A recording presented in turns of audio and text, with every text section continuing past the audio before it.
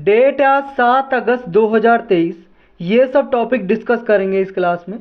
First topic है Reynolds phenomenon. ये prelims के लिए इम्पोर्टेंट है। सिर्फ रेनॉल्ड फिनोमिनन एक डिसीज़ है, इतना याद रखना है आपको। और जो ये रेनॉल्ड नाम है, जिस साइंटिस्ट ने इसकी खोज की थी इस बीमारी की, उसके नाम पे इसका नाम रख दिया गया रेनॉल्ड। तो एक बीमारी है, किस तरह की बीमारी है? इसमें हमारे बॉडी में जो ब्लड वेसल्स होती हैं वो नैरो हो जाती हैं, यानी कि जिनमें से खून बहता है, रक्त नालिकाएं या वाहिकाएं होती हैं, जो ब्लड वेसल्स वो नैरो हो जाती हैं और ब्लड रेस्ट्रिक्ट हो जाता है। यूजुअली हमारे कौन से बॉडी एरिया को अफेक्ट करती है ये डिसीज़? फिंगर और टोज़ को। ये आप देख सकते हो इमेज में, ये हाथ में इसके और फिंगर में ये रेड रेड सा जो आपको ब्लड इकट्ठा दिखाई दे रहा है, यही है रेनॉल्ड फिनोमिनन डिसीज़। ये रेयर केस में होता है। और देखो, फिंगर और टोज़ के अलावा ये ईयर और नोज़, आँख नहीं, कान और नाक, इनको भी ये प्रभावित कर सकता है। और ये होता क्यों है? जनरली देखो, ये कोल्ड या इमोशनल स्ट्रेस के कारण होता है। या तो बहुत ज़्यादा ठंड है या फिर इमोशनल स्ट्रेस है, मतलब बंदा स्ट्रेस में जा रहा है, कुछ दुख है उसको, उस टाइम पे ये इस तरह की कंडीशन हो जाती है। और जब ये रेनॉल्ड अटैक आता है, इसके दौरान क्या होता है, जो आर्टेरियोल्स होते हैं या कैपिलरीज फिंगर या टोज़ में, वो टाइट हो जाती हैं और ब्लड को रेस्ट्रिक्ट करती हैं। आर्टेरियोल्स क्या होता है, देखो, जो हमारी ब्लड वेसल होती हैं उसमें एक तरह से रेजिस्टेंस का काम करता है, और ये ब्लड को रेजिस्टेंस इस तरह से करके ब्लड को दूसरी जगह पे ये एक तरह से ट्रांसफ़र करता है, सर्कुलेट करता है। एक तरह से ब्लड वेसल ही होती हैं आर्टेरियोल्स और कैपिलरीज। नेक्स्ट टॉपिक है डिजिटल हेल्थ इंसेंटिव स्कीम। ये प्रीलिम्स के लिए भी इम्पोर्टेंट है और मेंस जीएस पेपर 2 के लिए भी। ये लॉन्च किया था 1 जनवरी 2023 को। डिजिटल हेल्थ इंसेंटिव स्कीम जो आयुष्मान भारत डिजिटल मिशन है, उसी का ही पार्ट है ये डिजिटल हेल्थ इंसेंटिव स्कीम। जो आयुष्मान भारत डिजिटल मिशन है, ये किस लिए लॉन्च किया था? देखो, हमारे इंडिया में ऑल इंडिया लेवल पे एक यूनिक डिजिटल आइडेंटिटी हो, हेल्थ आइडेंटिटी हर एक पर्सन के पास, इसलिए ये मिशन लॉन्च किया था। जैसे आपके मान लो किसी डॉक्टर के पास जाते हो, अगर आपकी एक डिजिटल हेल्थ आईडी होगी, मान लो किसी भी डॉक्टर या हॉस्पिटल, सरकारी या प्राइवेट हॉस्पिटल में जाते हो, आपकी आईडी बना दी जाएगी। फिर क्या होगा, जैसे अभी आपको एक कागज़ में, पर्ची में लिख के डॉक्टर दवाई प्रिस्क्रिप्शन देता है, जो जिसे प्रिस्क्रिप्शन बोलते हैं इंग्लिश में, और हिंदी में पर्चा लिख के देता है वो, तो उसमें सारा आपका लिखा होता है कौन सी आपको दवाई दी गई है, और उस पर्चे को आपको बार बार लेके जाना पड़ता है डॉक्टर के पास, दिखाना पड़ता है कि ये मेरी दवाई चल रही है।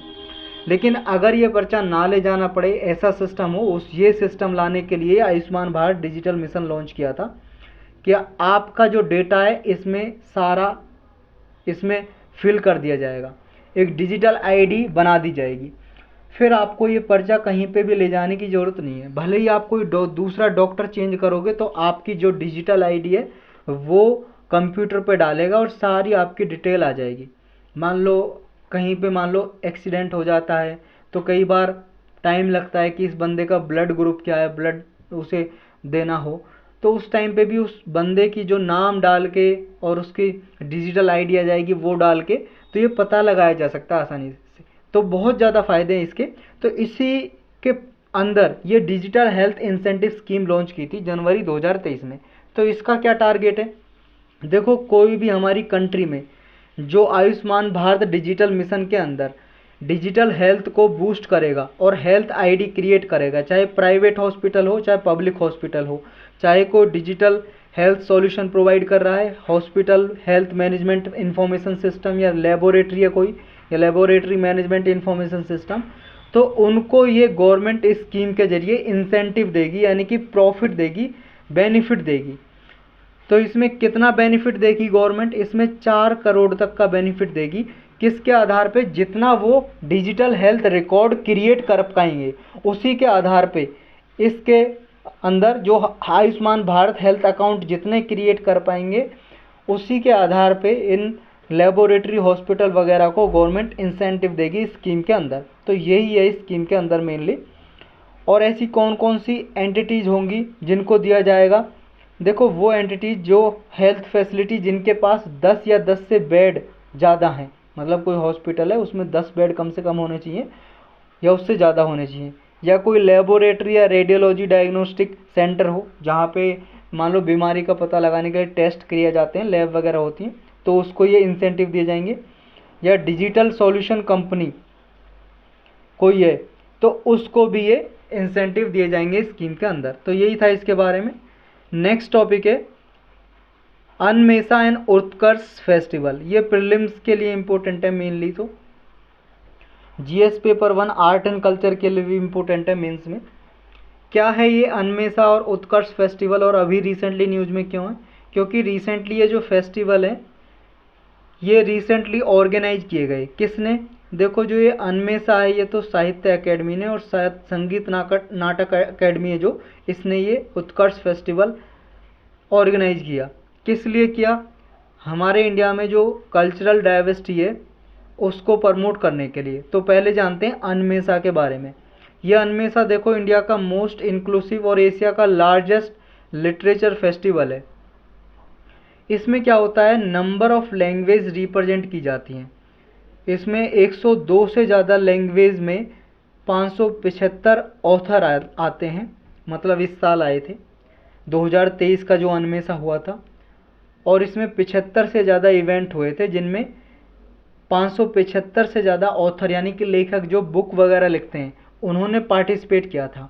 102 भाषाओं में इन्होंने पुस्तकें लिखी थी और 13 कंट्री से ये आए थे लोग जिन्होंने पार्टिसिपेट किया था इस फेस्टिवल में।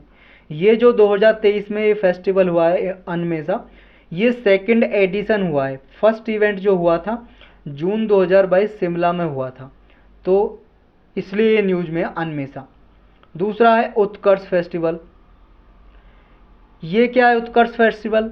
इसमें देखो हमारे इंडिया की फोक और ट्राइबल परफॉर्मिंग जो आर्ट्स हैं उनको शोकेस किया जाता है। हमारे इंडिया में जो ट्राइबल्स हैं, आदिवासी लोग, उनकी आर्ट्स हैं, ट्रेडिशन है, कल्चर है, उनको दिखाया जाता है।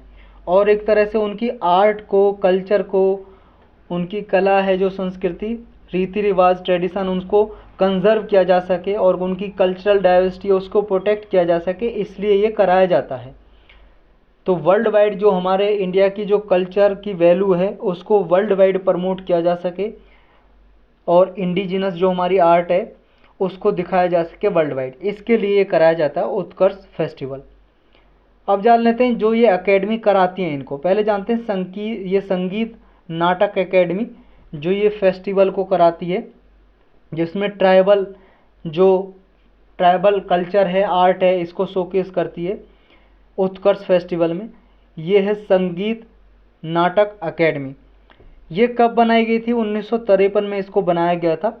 हमारे इंडिया की जो इंटेंजिबल हेरिटेज है उसको प्रमोट और प्रिजर्व करने के लिए ये काम करती है। इंटेंजिबल हेरिटेज कैसी होती हैं? देखो ऐसी हेरिटेज जनरली जैसे आप उन्हें स्पर्श करके नहीं देख सकते, जैसे कोई बिल्डिंग है, जैसे ताजमहल है, आप उसे ये आ जाता है टेंजिबल में, दिख रहा है आपको, मतलब आप इसे टच करके देख सकते हो, स्पर्श कर सकते हो। और इंटेंजिबल हेरिटेज हो गई जैसे आपका म्यूजिक, फील कर सकते हो आप, गाना, डांस है, ड्रामा है, ये सब इंटेंजिबल में आते हैं। तो ये इंटेंजिबल जो हेरिटेज है हमारे इंडिया की, इसको डाइवर्स कल्चर को प्रमोट करने के लिए और कंजर्व करने के लिए काम करती है। जो संगीत नाटक एकेडमी है ये कहाँ पे बनी हुई है? ये न्यू दिल्ली में है। इसके चेयरमैन है जो, उनको प्रेसिडेंट के द्वारा अपॉइंट किया जाता है। हमारे इंडिया के राष्ट्रपति नियुक्ति करते हैं इस एकेडमी के चेयरमैन को 5 साल के लिए। ये एकेडमी देखो जो परफॉर्मिंग आर्ट्स है उनके लिए हमारे इंडिया में हाईएस्ट नेशनल रिकॉग्निशन भी प्रोवाइड करती है, मतलब पुरस्कार देती है, अवार्ड देती है ये संगीत नाटक एकेडमी, डांस, ड्रामा और म्यूजिक में।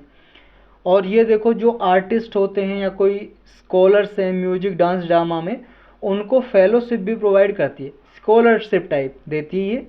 और 2006 में इसने एक एनुअल अवार्ड यंग आर्टिस्ट के लिए बनाया था जिसका नाम है उस्ताद बिस्मिल्लाह खान युवा पुरस्कार। ये एनुअली अवार्ड दिया जाता है यंग आर्टिस्ट को 2006 से। तो यही था इसके बारे में। नेक्स्ट टॉपिक है मतलब इसी का, जो साहित्य अकेडमी जो अनमेसा को ऑर्गेनाइज कराती है, साहित्य अकेडमी। ये इंडिया की नेशनल अकेडमी है लेटर्स के लिए, लिटरेचर के लिए, यानी कि जो बुक वगैरह लिखते हैं उनका प्रमोशन करती है ये साहित्य अकेडमी। ये 1954 में बनाई गई थी और ये भी जो संगीत नाटक अकेडमी बनी हुई है न्यू दिल्ली में उसी के पास है ये साहित्य अकेडमी। ये इंडिया की प्रीमियर लिटरेरी इंस्टीट्यूशन है। हमारे इंडिया में लिटरेचर को ये 24 भाषाओं में प्रमोट करती है, 24 लैंग्वेज में। और ये फेलोशिप भी प्रोवाइड करती है, ग्रांट्स भी देती है, पब्लिकेशन करती है लिटरेचर का, लिटरेरी प्रोग्राम कराती है, वर्कशॉप कराती है, एग्जीबिशन कराती है। और ये लिटरेरी एक्सचेंज प्रोग्राम करती है ताकि वर्ल्ड वाइड जो इंडिया लिटरेचर है जो इंडिया की बाउंड्री से बाहर जाए, दूसरी कंट्री में भी लोग इंडिया के लिटरेचर हैं, इंडिया से लिखी हुई पुस्तकें हैं, किताबें, उनको दूसरे देश के लोग भी पढ़ें। इसका काम भी करती है एक्सचेंज का काम साहित्य अकेडमी। तो यही था इसके बारे में। नेक्स्ट टॉपिक है भारत नेट प्रोजेक्ट। ये प्रीलिम्स के लिए भी इम्पोर्टेंट है और जीएस पेपर 3 के लिए। 2011 में देखो स्टार्ट किया गया था ये प्रोग्राम। उस टाइम पे इसका नाम था नेशनल ऑप्टिकल फाइबर नेटवर्क। 2015 में इसका नाम चेंज कर दिया सेंट्रल गवर्नमेंट ने, भारत नेट प्रोजेक्ट। क्या है ये? देखो इस प्रोजेक्ट के अंदर हमारे इंडिया की जो पंचायत हैं, विलेज पंचायत यानी कि गांव-गांव में ब्रॉडबैंड कनेक्टिविटी पहुंचानी है। इंटरनेट जो ब्रॉडबैंड कनेक्टिविटी होती है, जो वायर से कनेक्ट करके इंटरनेट चलता है, वो ब्रॉडबैंड कनेक्टिविटी पहुंचानी है हर एक विलेज पंचायत के पास। और कैसी कनेक्टिविटी कि अफोर्डेबल हो, ऐसा नहीं कि लोग खरीद ही ना पाएँ, महंगी हो, सस्ती हो। और इसमें 2 MBPS से लेके 20 MBPS तक हर एक हाउस होल्ड के लिए स्पीड दी जाएगी इंटरनेट की। और ये ऑन डिमांड कैपेसिटी यानी कि जो इंस्टीट्यूशन है उनकी डिमांड पे दी जाएगी। और डिजिटल इंडिया का जो टारगेट है हमारा, उसको रियलाइज करने के लिए चलाया गया है। इसमें स्टेट्स और प्राइवेट सेक्टर के साथ मिलके ये चलाया जा रहा है भारत नेट प्रोजेक्ट। इसका टारगेट यही है कि e governance, e health, e education, e banking, internet, other services rural India में प्रोवाइड की जाएँ इंटरनेट के जरिए। इसको अचीव करने के लिए देखो जो ऑलरेडी इंडिया के PSU हैं, पब्लिक सेक्टर अंडरटेकिंग है, जो मतलब गवर्नमेंट कंपनीज है, जैसे BSNL है, रेलटेल है, पावर ग्रिड है, इनके जो इंफ्रास्ट्रक्चर जो फाइबर केबल बिछी हुई है उसी के द्वारा इंटरनेट पहुंचाया जाएगा ग्राम पंचायत में। देखो कहीं कहीं पे BSNL के तारें बिछी हुई हैं रेलटेल या पावर ग्रिड की, लेकिन कहीं पे नहीं है। जहाँ पे नहीं है तो वहाँ पे वो तारें बिछानी होंगी, नहीं है तो, और अगर हैं तो ऑलरेडी वहाँ पे ग्राम पंचायत के पास ये इंटरनेट इसके थ्रू पहुँचा दिया जाएगा। इसके लिए फंडिंग कहाँ से आती है? इस प्रोजेक्ट के लिए यूनिवर्सल सर्विस ऑब्लिगेशन फंड है, इसके द्वारा इसकी फंडिंग की जाती है। ये फंड टेलीकॉम डिपार्टमेंट ने एस्टेब्लिश किया था टेलीकॉम सर्विसेज को हमारे इंडिया में प्रमोट करने के लिए। और अब इस फंड से इस भारत नेट प्रोजेक्ट के लिए फंड दिया जाता है ताकि रूरल और रिमोट एरियाज़ में टेलीकॉम सर्विसेज को इम्प्रूव किया जा सके। जो भारत नेट प्रोजेक्ट है इसको स्पेशल पर्पज व्हीकल के द्वारा इम्प्लीमेंट किया जाता है। स्पेशल पर्पज व्हीकल होते हैं, इसमें क्या है 2 या 2 से ज़्यादा कंपनी जाती हैं, चाहे पब्लिक प्राइवेट कंपनी आती हैं, वो मिलके किसी प्रोजेक्ट को इम्प्लीमेंट करती हैं। तो ऐसे स्पेशल पर्पज व्हीकल है जो उसी को बोलते हैं। ऐसे जो अलायंस आती है एक तरह से 2 या 2 से ज़्यादा कंपनी मिलकर किसी प्रोजेक्ट को इम्प्लीमेंट कर रही हैं, उस कंपनीज को बोलते हैं स्पेशल पर्पज व्हीकल। इसमें कौन कौन सी हैं? भारत ब्रॉडबैंड नेटवर्क लिमिटेड बनाई गई है इस नाम की, ये स्पेशल पर्पज व्हीकल है। 2012 में बनाई गई थी। कंपनीज एक्ट 1956 है, इंडियन कंपनीज एक्ट 1956। इसके अंदर ये इनकॉर्पोरेट की गई है कंपनी की तरह। तो भारत ब्रॉडबैंड नेटवर्क लिमिटेड, इसमें देखो एक कंपनी भी हो सकती है, अगर स्पेशल पर्पज व्हीकल में एक कंपनी भी हो सकती है। स्पेशल पर्पज व्हीकल इसलिए बोलते हैं कि इसको एक स्पेशल पर्पज दिया जाता है, यानी कि एक विशेष उद्देश्य दिया जाता है, लक्ष्य उसको अचीव करने के लिए। इसीलिए इस कंपनी को जो बनाई जाती है ये उसको बोलते हैं special purpose vehicle. Next topic है G20 empower tech equity digital inclusion platform. ये प्रीलिम्स के लिए भी इम्पोर्टेंट है और मेंस में जीएस पेपर 3 में G20 से रिलेटेड आता है कि क्या क्या स्टेप लिए गए हैं इसमें, तो उसमें आप लिख सकते हो। या वुमन से रिलेटेड आता है कोई टॉपिक, वुमन से रिलेटेड टॉपिक में आप ये लिख सकते हो कि ग्लोबल लेवल पे क्या लिए गए हैं। किसने लॉन्च किया है ये? G20 एम्पावर, ये हमारे इंडिया की जो women and child development ministry है उसने लॉन्च किया है गांधीनगर में समिट, मतलब लॉन्च किया जाएगा। ये प्लेटफॉर्म है जो हमारी मिनिस्ट्री है जो वुमेन एंड चाइल्ड डेवलपमेंट, उसके साथ साथ G20 अलायंस ने भी साथ दिया है। G20 अलायंस ये G20 एम्पावर के लिए काम करता है। एम्पावर का मतलब है यहाँ पे empowerment and progression of women's economic progression. इसका लक्ष्य क्या है G20 एम्पावर का? देखो जो जेंडर डिजिटल डिवाइड है, यानी कि देखो जो पुरुष हैं, आपने देखा होगा लड़के या पुरुष, उनमें आपको डिजिटल लिटरेसी ज़्यादा मिलेगी। उनको कंप्यूटर चलाना, मोबाइल चलाना या लैपटॉप चलाना, ये सब कुछ बेहतर तरीके से आता है महिलाओं की अपेक्षा। महिलाओं में जो डिजिटल लिटरेसी है वो बहुत ही कम है। तो महिलाओं में डिजिटल लिटरेसी को बढ़ाना, उन्हें डिजिटल स्किल्स प्रोवाइड करना, महिलाओं को, लड़कियों को, वुमेन और गर्ल्स को ये टेक्नोलॉजी के बारे में ज्ञान देना, एक तरह से नॉलेज देना, ये इसका लक्ष्य है। यानी कि डिजिटल स्किल प्रोवाइड करना है G20 के नेशन में, जितनी भी महिलाएं हैं इन G20 के जो कंट्रीज़ हैं उनमें, और 120 भाषाओं से ज़्यादा इसमें डिजिटल स्किल्स प्रोवाइड करने के लिए यूज की जाएंगी, 120 लैंग्वेज। तो यही था इसके बारे में। नेक्स्ट टॉपिक है फार्मेसी अमेंडमेंट बिल 2023। ये प्रीलिम्स के लिए भी इम्पोर्टेंट है और GS पेपर 2 और 3 के लिए भी। ये देखो लोकसभा में इंट्रोड्यूस किया गया अभी 2011 में जम्मू कश्मीर फार्मेसी एक्ट बनाया गया था। इस एक्ट के सेक्शन 32C में अमेंडमेंट करने के लिए, मतलब इसका जो सेक्शन 32 है इसमें नया सेक्शन डाल दिया, सेक्शन 32C इस बिल के जरिए। तो इसमें क्या है, जो पर्सन रजिस्टर्ड हैं, क्वालिफाइड हैं इस एक्ट के अंदर, उनसे रिलेटेड है ये। कौन से पर्सन? जो फार्मेसी करे किए होते हैं, जो फार्मेसी करके जो खोल लेते हैं ना स्टोर वगैरह, मेडिकल स्टोर वगैरह, उनकी क्वालिफिकेशन के लिए इसमें प्रोविज़न है। और देखो ये बिल क्या है, जो फार्मेसी एक्ट बना हुआ है हमारे इंडिया का 1948 का, इसको जम्मू कश्मीर में एक्सटेंड करेगा। क्योंकि देखो जम्मू एंड कश्मीर 2019 से पहले 370 जो आर्टिकल है हमारे कॉन्स्टिट्यूशन का वो लागू था, और इसको स्पेशल पर्पस, मतलब स्पेशल स्टेटस दिया हुआ था। जम्मू कश्मीर में जनरली वो कानून लागू नहीं होते थे जो हमारे इंडिया में पार्लियामेंट में बनाए जाते थे। अगर जम्मू कश्मीर में लागू होने थे 2019 से पहले, तो जम्मू कश्मीर की जो असेंबली थी, वहाँ की विधानसभा, वो लागू करेगी, वो परमिशन देगी, तभी लागू होंगे। लेकिन 370 आपको पता है 2019 में हटा दिया। तो अब ये फार्मेसी एक्ट है जो 1948 का जम्मू कश्मीर में भी लागू हो, इसको एक्सटेंड करने के लिए ये बिल लाया जा रहा है, फार्मेसी अमेंडमेंट बिल 2023। तो जान लेते हैं फार्मेसी एक्ट जो 1948 का है उसमें क्या है। इसमें देखो फार्मेसी प्रोफेशन के लिए रेगुलेशन है, जो फार्मेसी की प्रोफेशन करते हैं, स्टोर वगैरह चलाते हैं, उनके लिए रूल्स रेगुलेशन है इसमें। इस एक्ट के द्वारा फार्मेसी काउंसिल ऑफ इंडिया बनाई गई और स्टेट फार्मेसी काउंसिल, ये फार्मेसी के लिए रूल्स रेगुलेशन बनाते हैं, रजिस्ट्रेशन के लिए रूल्स बनाते हैं। एक ड्रग्स एंड कॉस्मेटिक एक्ट है 1940 का, ये भी डिमांड करता है कि जो रजिस्टर्ड फार्मासिस्ट हैं उनके पास लाइसेंस हो ड्रग डिस्पेंस करने का, मतलब ड्रग बेचने का या डिस्ट्रीब्यूट करने का। अगर कोई इन रूल्स रेगुलेशन का उल्लंघन करता है, ब्रीच करता है, तो उस पर पेनल्टी लगेगी और उससे जेल भी हो सकती है, इम्प्रीजनमेंट हो सकती है। लेकिन देखो रिसेंटली एक जन विश्वास बिल 2023 में ही इंट्रोड्यूस किया।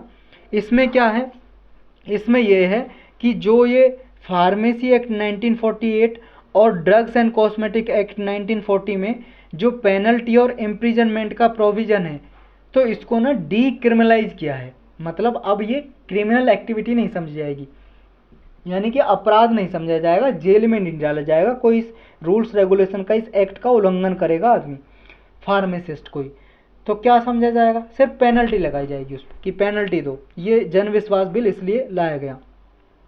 नेक्स्ट टॉपिक है विवाद से विश्वास 2.0। ये प्रीलिम्स के लिए भी इम्पोर्टेंट है और मेंस के लिए GS पेपर 3 इकोनॉमिक्स के लिए। रिसेंटली हमारे मिनिस्ट्री ऑफ फाइनेंस के अंदर डिपार्टमेंट ऑफ एक्सपेंडिचर है जो, उसने स्कीम लॉन्च की है विवाद से विश्वास 2.0। इसका टारगेट क्या है, देखो जो कॉन्ट्रेक्चुअल डिस्प्यूट्स हैं, ऐसे डिस्प्यूट है, कॉन्ट्रैक्ट हुआ है, कॉन्ट्रैक्ट का उल्लंघन हो गया, ऐसे विवाद हो गए गवर्नमेंट या गवर्नमेंट कंपनीज के बीच में, तो उसको सुलझाने के लिए विवाद से विश्वास 2.0 स्कीम लाई गई है। तो पहले हम जानते हैं कॉन्ट्रेक्चुअल डिस्प्यूट क्या होते हैं।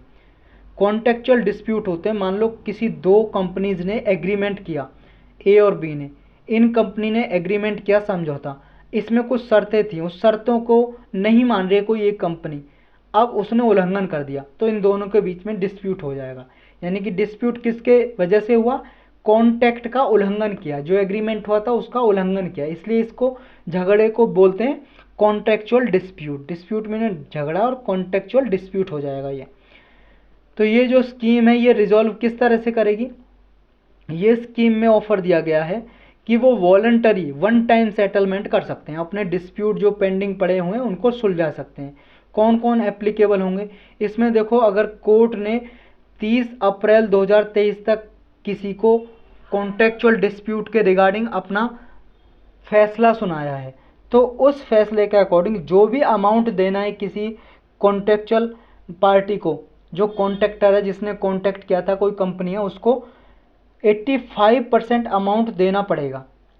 जैसे मान लो उसे 100 रुपये देने थे, उसने उल्लंघन किया था कॉन्ट्रैक्ट का किसी कंपनी ने, तो उसे पेनल्टी के तौर पे 100 नहीं बल्कि 85 रुपीज़ देने पड़ेंगे, तो वो डिस्प्यूट झगड़ा ख़त्म हो जाएगा।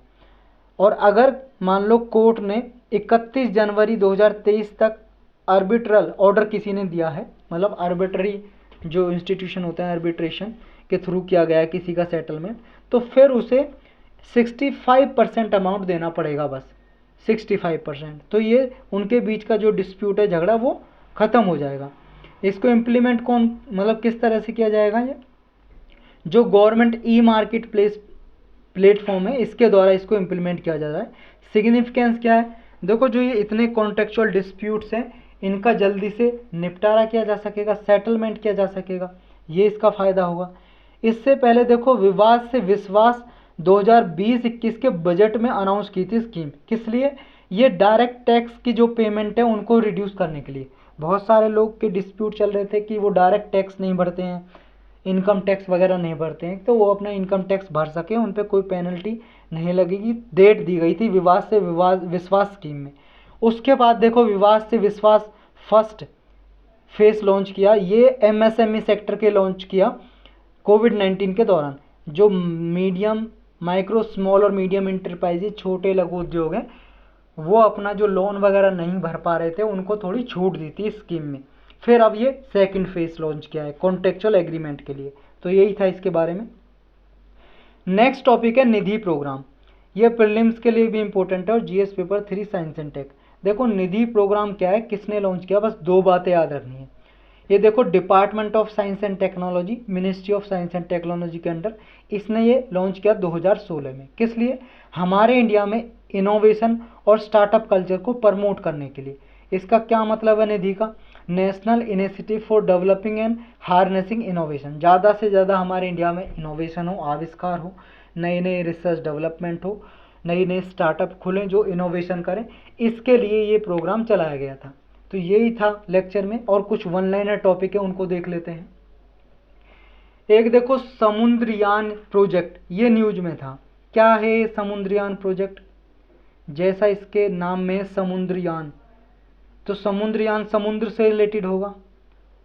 ये प्रोजेक्ट देखो इंडिया का पहला मैन्ड मिशन है जो डीप ओशन को, गहरे ओशन में जाएगा, समुद्र में नीचे जाएगा, मैन्ड ओशियन यानी कि मैन जाएगा किसमें, पनडुब्बी के द्वारा, मतलब सबमरीन वगैरह होती हैं, तो डीप ओशन में एक्सप्लोरेशन करेगा। किस चीज़ का, कुछ भी मिनरल्स वगैरह मिल जाए, मिनरल्स वगैरह खनिज पदार्थ, ऑयल गैस या पेट्रोलियम प्रोडक्ट, ये कुछ मिल जाए तो इसके लिए एक्सप्लोरेशन करेगा, या कोई मेटल्स हो, रेयर अर्थ मेटल्स हो, कुछ भी मिले इसके लिए एक्सप्लोरेशन करेगा, या वहाँ का इकोसिस्टम कैसा है डीप ओशन का, गहरे समुद्र का। तो इसके लिए समुद्रयान प्रोजेक्ट चलाया था, किसके under, ministry of earth science के अंडर। और देखो डीप ओशन मिशन लॉन्च किया था मिनिस्ट्री ऑफ अर्थ साइंस ने, डीप ओशन मिशन के अंदर ये समुद्रयान प्रोजेक्ट चलाया है। नेक्स्ट टॉपिक है, ये एक निराक्षी टर्म न्यूज में थी। क्या है ये निराक्षी, ये एक ऑटोनोमस अंडर वाटर व्हीकल है। ऑटोनोमस अंडर वाटर व्हीकल मतलब वाटर के अंदर जाके ये काम करता है व्हीकल, ऐसा व्हीकल है, पनडुब्बी की तरह ये निराक्षी। क्या करेगा ये माइंस को डिटेक्ट करता है। माइंस होते हैं ना छोटे बम वगैरह, मान लो किसी दुश्मन देश ने माइंस वगैरह लगा दी, उनको डिटेक्ट करने के लिए ये निराक्षी काम करता है। नेक्स्ट एक ये ट्रैकोमा टर्म न्यूज में है। ट्रैकोमा क्या है? देखो ये डिसीज काफ़ी फैल रही है। ये आई इन्फेक्शन डिसीज है। आई इन्फेक्शन डिसीज, आंखों में जलन होती है, लाल हो जाती हैं आंखें, बुखार खांसी जुकाम भी हो सकता है। आई इन्फेक्शन डिसीज है ये। किसके वजह से होती है? बैक्टीरिया की वजह से होती है। याद रखना, बैक्टीरिया, वायरस की वजह से नहीं, बैक्टीरिया। और बैक्टीरिया का नाम क्या है? बैक्टीरिया का नाम है ये क्लेमाइडिया। क्लेमाइडिया, ये इसकी प्रोनाउंसिएशन देखो, साइंटिफिक भाषा में कुछ और भी हो सकती है। क्लेमाइडिया ट्रैकोमेटिस, क्लेमाइडिया ट्रैकोमेटिस, ये बैक्टीरिया जिसकी वजह से होती है। और देखो ट्रैकोमा में अगर इसका ट्रीटमेंट सही समय पर नहीं किया गया तो इससे ब्लाइंडनेस भी हो जाती है, आदमी अंधा हो जाता है, और ऐसा अंधा होता है कि दोबारा उसका ठीक नहीं हो सकता। ब्लाइंडनेस इरिवर्सिबल है, तो ये भी आपको याद रखना। और किस तरह से फैलती है? जब किसी आदमी को इन्फेक्शन या ट्रैकोमा हो रखी है, आप उसके कांटेक्ट में आते हो, उसकी आंखों में भी देखते हो नज़दीक से, तो ये फैल जाती है। हाथों से छूते हो, फिर आप अपने आंखों को उस हाथों से छूते हो तब भी हो जाती है। बॉडी टच होता है तो भी हो सकती है। बेड पे मान लो उसके आँख, बेड पे लेटा है, उसकी आंख से टिश्यू वगैरह ये मतलब निकले कुछ, और वहाँ पे आपने हाथ रखा और फिर अपनी आंखों पे कांटेक्ट किया तो भी ये फैल सकती है। बहुत ही खतरनाक डिसीज है। नेक्स्ट टॉपिक है कूनो नेशनल पार्क। ये न्यूज में है। कूनो नेशनल पार्क कहाँ पे है? बस लोकेशन याद रखनी है। मध्य प्रदेश की सेवपुर डिस्ट्रिक्ट में है ये, एमपी की सेवपुर डिस्ट्रिक्ट। एक देखो ये राजमार्ग यात्रा ऐप लॉन्च की है। राजमार्ग यात्रा ऐप किसने लॉन्च किया और किस लिए? दो बातें याद रखनी है। मोबाइल की एप्लीकेशन है, जैसे आपकी यूट्यूब व्हाट्सएप एप्लीकेशन है, ऐसे राजमार्ग यात्रा एप्लीकेशन है। ये national highway authority of India ने लॉन्च की है।